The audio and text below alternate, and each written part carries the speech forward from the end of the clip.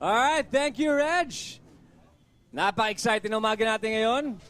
Sabi nga nila, sa ikauunlad ng bayan, bisikleta ang kailangan natin ngayong umaga. Yan ang bibida, pedal power. Kasama siyempre ang ilang mga extreme bikers natin sa tinatawag na bike trials. Tingnan natin ang mga demo nila. Mga bata, wag na wag... Wow! Mga bata, wag na wag po natin gagayahin ang mga stunts na makikita natin ngayong umaga. Dahil mga eksperto at mga bihasa ang gumagawa. Ayan, kina mo. Muntik na rin yon. JC, kita mo yon? Si JC tulala. Kasama natin ngayong umaga si Patrick Olalia, ang administrator ng Pinoy Trials, ang nag-iisang grupo ng trial bikers sa Metro Manila. Patrick, nasaan ka? Ayun, nakahiga pa si Patrick eh. Patrick, bangon ka. Teka, sandali lang ha. Okay, Patrick. Ay, Paolo. Ikaw ba, hindi ka kinakabahan pag ginagawa yan? No, okay lang. Okay lang. Sanayan. Relax lang. Mga kapuso, paalala lamang sa mga kabataan dyan, huwag na huwag niyo pong gagayahin yung mga stunts na makikita ninyo ngayong araw. Okay, Patrick, alam mo dito sa unang hirit, syempre, safety first tayo. Siyempre. So, pag-usapan natin ang gears na kailangan para sa bike trials. Okay. So, kailangan natin ng helmet. Wow, may model ka pa talaga eh, no? Oo. Okay. So, kailangan magandang helmet.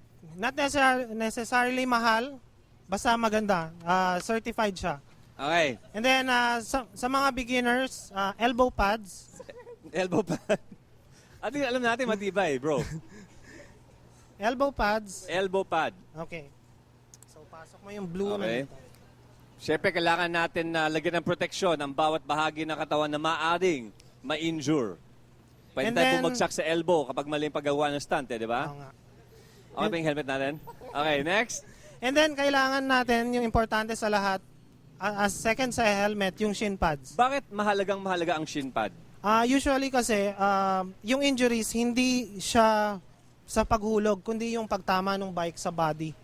Lalo yung pedal. Medyo Yung may pedals, mga metal yan, eh, no? Tatama dito. Dito. Oo. Yun. Okay. Wala ba tayong mouthpiece? Wala na. Hindi na Hindi na kailangan. kailangan. Okay, so ngayon na fully geared na si JC, anong klase mga bisikleta ang kailangan? Kasi ang nakikita ko mga bisikleta, walang mga upuan yung iba. Yung iba meron naman, pero iba yung Okay. hugis niya eh. Usually, kapag mag-uumpisa ng trials, Aha. pwede na yung ordinary mountain bike. Okay. So, a-adjust mo lang siya to yung configuration niya para madali siyang laruin. Alright. Now, yung original na trials bike, yung 19 inches. 19 inches, alright. So, ang tawag natin dito ay modified. Modified bike. Now, yung mas malaking bike na nandoon, Aha. yan yung tinatawag na stock. Stock. Yun siya, ang size niya mountain bike. Mountain bike, pero wala siyang upuan. Yung mga bagong trials bike, natanggal na yung upuan dahil hindi naman nagagamit kasi. Pwede ba mahirap mag-start na magbisikleta na walang upuan? Pero okay, so pag-usapan naman natin mga characteristic naman ng mga trial bikes natin. Kita-kita mo yung gear, ang gaganda, di ba? Yung mga, Okay. parang mamahalin yata ito. Hindi Special naman. brakes bang ginagamit dito? Ang importanteng kailangan sa trials bike ay yung powerful brakes. Powerful brakes, okay. Okay, yung talagang safety makapit. mo, nandun nagre-rely. Alright. Now, usually magaan siya. Magaan, okay. And then, yung gearing niya mababa. So, isang sipa mo lang, parang lilipad na yung bike. Lilipad na siya. Tapos, napansin ko yung handlebars niya medyo malapad. No? Yun ang para sa balance. Para sa balance. Tapos yung gulong, siyempre, makapal. No? Ano Alright. talaga siya? Mountain bike. Okay, Patrick, so mukhang ready na tayo magsimula sa mga stunts natin. Isa-isay natin yung mga stunts. Is JC ba gagawa ng stunt? O, Tuturuan natin siya. nako, good luck. Ano sabi nga ng karma, mabilis na yung araw na to eh. Okay, So, unang stunt natin. Go, Patrick. So meron tayong 4 na basic moves. Doon nag-uumpisa yung pag-aral ng trials. So dito, si Benjo, papakita niya yung track stand. So yun yung pag-balance mo, stationary ka lang sa isang lugar, and then ibabalance mo nang hindi umaapak sa lupa. Alright. So yun ang pinagsisimula ng lahat ng moves. So very basic. Okay, next Okay. stunt.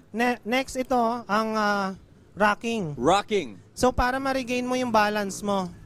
Medyo inuuga-uga mo yung bike, tapos yung front and back wheels, tinataas-babaan mo. Okay, rocking.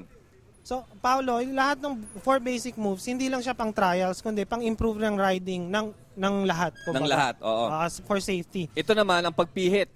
Pivoting. Ito ang pivot. Okay, yan. Kitang-kita natin. Pag sabing pivot, no, may fixed point, tapos dun siya yon lumilipad. So 180 pwede na siyang yun. todo na, 180 na. Okay. Okay? Anong next stunt natin? Ando naman ang yung hopping. Hopping. So pag-recover din siya ng balance. Okay. So pwede kang umurong forward o pa-side Aha. ng lumulundag. Hopping. Okay. Okay. So si Ian, ulitin niya yung pivot. And then from the basic moves, pwede ka na matuto ng Okay. advanced moves. Like So- yung being on the rear wheel Mhm. at paglipat-lipat mo sa isang obstacle to another. Ito, yung tumalon sa'yo kanina. Si Ian, ginagawa niya uli yung pivots. So Pivot, Ian, pivot. pakita mo sa amin yung advanced moves na. Yon. So normal yon. Kaya nga trials kasi paulit-ulit. Paulit-ulit hanggat makuha mo yung tama. So, at pwede pa siya lumundag dun sa box na yon. Yes, yan yung mga advanced moves. So yan, nag-lurch, Wow, side hop, okay. and then lilipat siya doon. Lilipat siya doon. Wala lang. Okay, sige. Muli, sa mga kabataan natin, huwag nyo pong gagayain ng mga stunts dahil para mga eksperto ang gumagawa niyan. Mga biyasa, palapakan natin. Good job, guys. Patrick, maraming salamat. JC, Thank you. let's see what you got. Okay, JC is trying. He's trying and he's falling. Okay. May website ba kayo, Patrick? Para Yes. dun sa mga interesado. Para madaling tandaan, i-google niyo yung Pinoy Trials. Lalabas siya first sa search. Agad-agad, ano? Pinoy Trials at thetalk.net. Alright, so tingnan natin ang stunt naman na gagawin ni JC. Mabilis siya matuto. Mabilis matuto. Maraming salamat sa inyong lahat. At Patrick, thank you. Thank you. So may bago tayong pwedeng pagkaabalahan over the next few weeks. Yan po ang Bike Trials. Magbabalik po ang unang hirit. Sige nga, exhibition.